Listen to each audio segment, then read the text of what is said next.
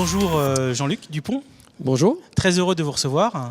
Enchanté. Alors effectivement, la FNCCR joue un rôle clé dans l'accompagnement des sujets de la transition au niveau des territoires. On est très heureux de vous avoir avec nous ce matin.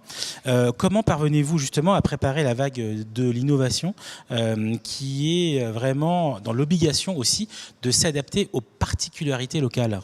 Alors tout d'abord, je dois dire que l'ensemble des territoires se sont saisis de cette question de la transition énergétique et en fin de compte, la FNCCR les accompagne en adaptant les services qui leur sont proposés dans les politiques publiques qu'ils souhaitent mener. Alors c'est vrai qu'on doit les accompagner en tenant compte à la fois de leur diversité, ce qui est une richesse, mais aussi de leurs particularités. Les particularités, elles sont liées à leur taille, elles sont liées à la configuration géographique, à leur localisation, qui pour certains sont des valeurs ajoutées, pour d'autres sont des contraintes. Et donc l'idée pour nous, c'est d'arriver à mettre en musique l'ensemble de cette transition sur les territoires, sachant que je crois beaucoup à l'intelligence de ces territoires, à l'intelligence locale, et qu'on ne souhaite pas non plus créer des modèles qui ont vocation à être dupliqués, faire des copier-coller d'un territoire à un autre. La particularité fait la richesse et la capacité de produire des solutions intelligentes à l'endroit où elles se trouvent. Bien sûr. Est-ce que vous pouvez du coup nous partager quelques projets du coup réalisés, certains en cours ou d'autres à prévoir? Alors, si vous voulez, dans les projets réalisés, il y a eu de grosses évolutions sur les mobilités propres. À l'échelle du territoire national, aujourd'hui, plus des deux tiers des infrastructures de recharge des véhicules électriques qui sont installées l'ont été par les syndicats d'énergie et les collectivités locales parce qu'elles accompagnent, en fin de compte, la mutation de notre parc automobile. Donc ça, c'était une première étape. On voit bien que maintenant, on est dans une phase d'accélération avec de nouvelles énergies sur les mobilités propres. On voit qu'avec le développement du bio-GNV, eh bien, les stations d'avitaillement commencent à mailler le territoire, notamment sur les mobilités lourdes, où on a une valeur ajoutée importante. Et puis, on arrive dans la phase de production et de distribution de l'hydrogène décarboné. Et donc, on est sur, en fin de compte, cette capacité à créer des stations multimodales pour pouvoir emmener l'ensemble des usagers vers un monde plus vertueux en termes de mobilité. Alors, du coup, plus précisément, quels dispositifs ont été mis en place au niveau des territoires pour atteindre les objectifs de réduction des émissions et essayer de rééquilibrer un peu ce mix énergétique? Parce que c'est un peu ça les enjeux. Alors, c'est vrai que le mixte, en fin de compte, c'est des composantes différentes, variées et complémentaires. Donc, évidemment, un travail important qui est développé sur l'isolation thermique des bâtiments au travers d'un programme acté qu'on porte à la Fédération.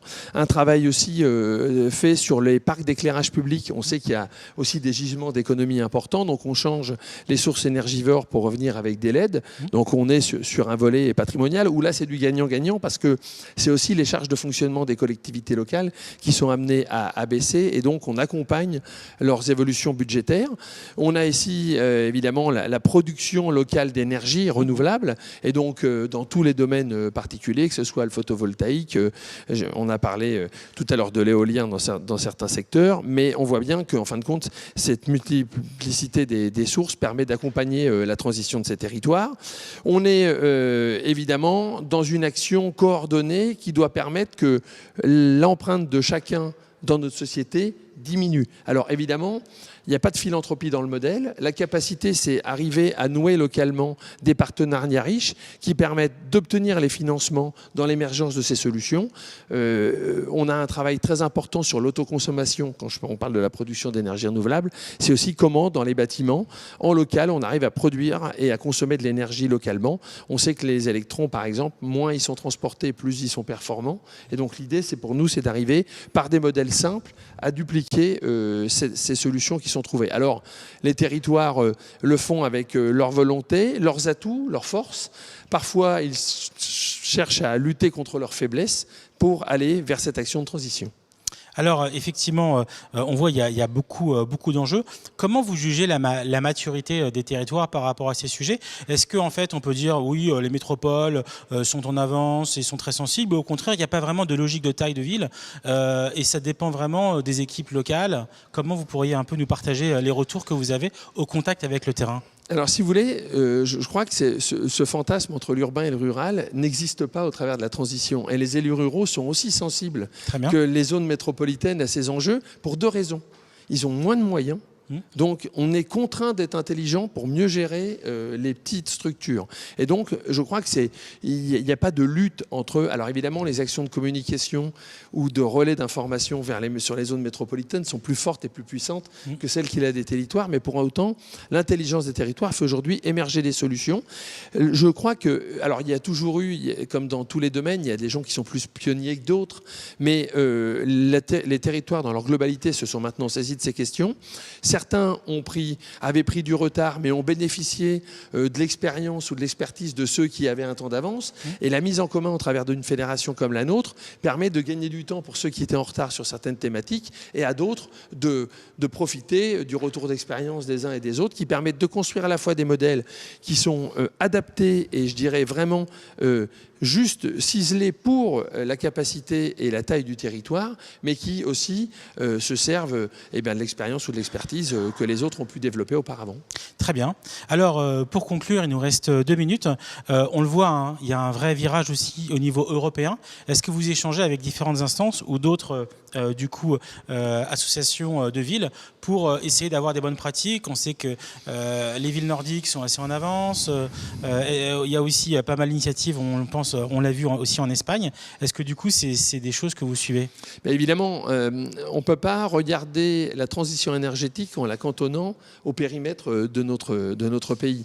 Et on le voit déjà d'un territoire à un autre, les frontières départementales ou régionales doivent être combattues parce que ça a été pendant longtemps un frein au développement et à l'émergence de ces solutions, parce que le cloisonnement ou les silos ont été pendant très longtemps. Alors il y avait peut-être la peur que l'autre bénéficie d'une petite valeur ajoutée ou d'autre. Je pense que tout ça est dépassé aujourd'hui. Et bien évidemment, on cherche à s'inspirer des retours d'expérience, en tout cas, ou des acquis que certains ont su bâtir. Alors vous l'avez évoqué, les pays nordiques ont depuis longtemps engagé la transition. Les pays européens du Sud, méditerranéens, ont enclenché le pas et puis ont pu jouir aussi pour certains de valeurs ajoutées que d'autres n'avaient pas. Je pense à la production photovoltaïque. C'est vrai que l'Espagne ou l'Italie ont aussi développé des solutions intéressantes. Maintenant, je pense que ce qui est intéressant, c'est les usages et les applications concrètes pour les habitants des territoires.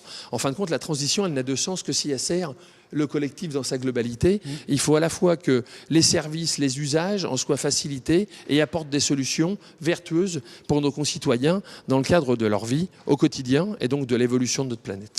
Jean-Luc, merci beaucoup merci à vous pour votre intervention et le partage de cette vision. À très vite. Merci beaucoup, au revoir.